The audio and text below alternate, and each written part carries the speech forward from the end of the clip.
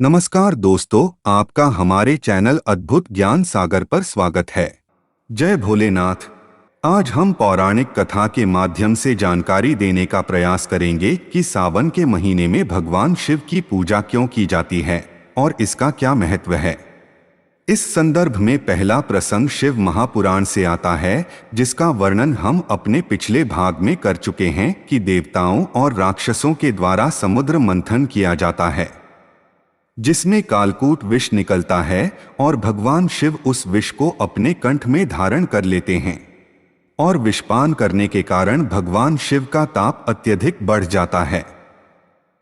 तब इंद्रदेव भगवान शिव पर जल की वर्षा करते हैं और भगवान शिव का ताप ठंडा हो जाता है।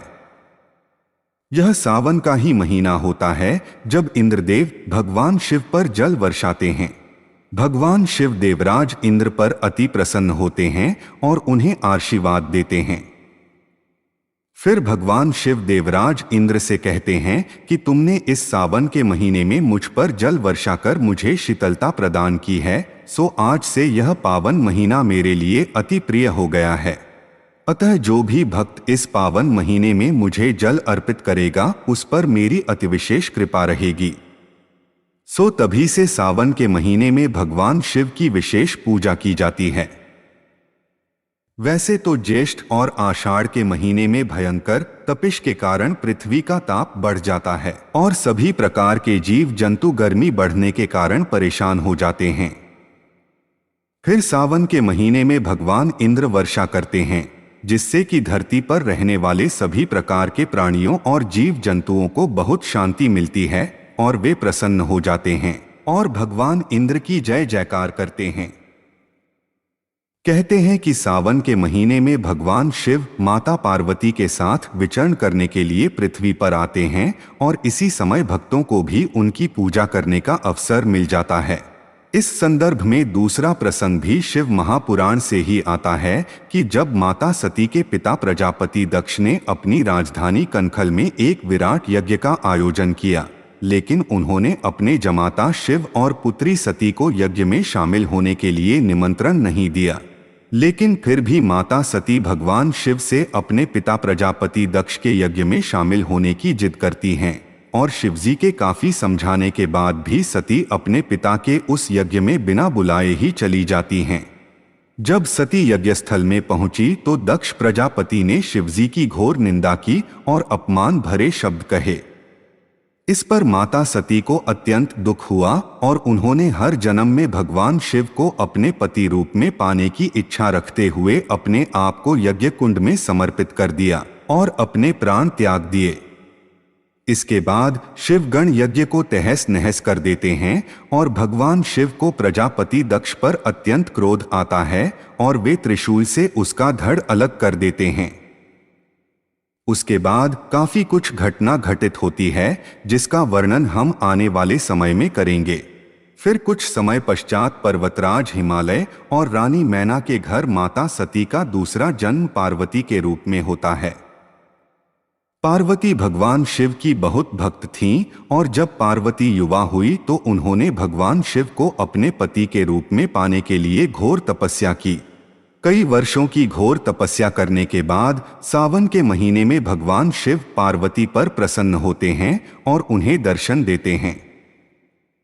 पार्वती की घोर तपस्या से प्रसन्न होकर भगवान शिव ने पार्वती से वर मांगने के लिए कहा। इस पर पार्वती ने भगवान शिव से कहा कि हे नाथ, मैंने आपको पति रूप में पाने के लिए ही तपस्या की है। अगर आप मेरी तपस्या से प्रसन्न हैं और मुझे वरदान देना चाहते हैं तो मुझे वरदान दें कि मैं जन्म जन्मांतर के लिए आपकी पत्नी बनूं और पति के रूप में मैं आपकी सेवा करती रहूं। इस पर भगवान शिव पार्वती के वर मांगने पर अति प्रसन्न होते हैं और पार्वती को मनवांछित वरदान देते हैं और अपनी पत्नी के रूप में स्वीकार करते हैं।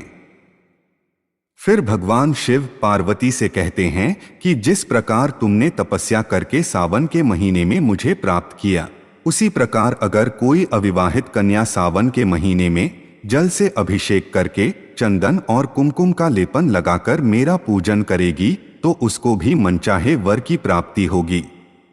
तभी से अविवाहित युवतियां सावन के महीने में उपवास रखकर शिवलिंग पर दूध और जल चढ़ाकर चंदन और कुमकुम का लेप लगाकर भगवान शिव की पूजा करती हैं, जिससे भगवान शिव अति प्रसन्न होते हैं और उन्हें मनचाहा वर देकर उनकी मनोकामना पूरी करते हैं। वैवाहिक महिलाएं और पुरुष अपने दाम्पत्य जीवन को सुखमय बनाने के लिए, संतान प्राप्ति के लिए, घर में आने वाले कष्ट रोग इत्यादि को दूर करने के लिए, व्यापार व नौकरी में आने वाली बाधाओं को दूर करने के लिए और विद्यार्थी अपनी अच्छी शिक्षा प्राप्ति के लिए सावन के महीने में उपवास रखकर भगवान शिव को जल अर्पित करके पूजा अर्चना करते हैं, जिससे कि भगवान शिव और माता पार्वती बहुत प्रसन्न होते हैं और अपने भक्तों की मनोकामनाएं पूर्ण करके उनके जीवन को सुखमय बना देते हैं। तो यह थी सावन के पावन महीने में भगवान शिव और माता पार्वती की विशेष पूजा के संबंध में एक छोटी सी जानकारी। दोस्तों, आपको हमारी वीडियो कैसी लगी कमेंट करके बताएं। ऐसी ही ज्ञानवर्धक शास्त्र से संबंधित बातें जानने के लिए हमारे चैनल को सब्सक्राइब करें और बेल आइकन को दबाएं, ताकि चैनल पर डाला गया वीडियो सबसे पहले आपके पास पहुंचे। इस वीडियो को देखने के लिए आपका बहुत बहुत धन्यवाद।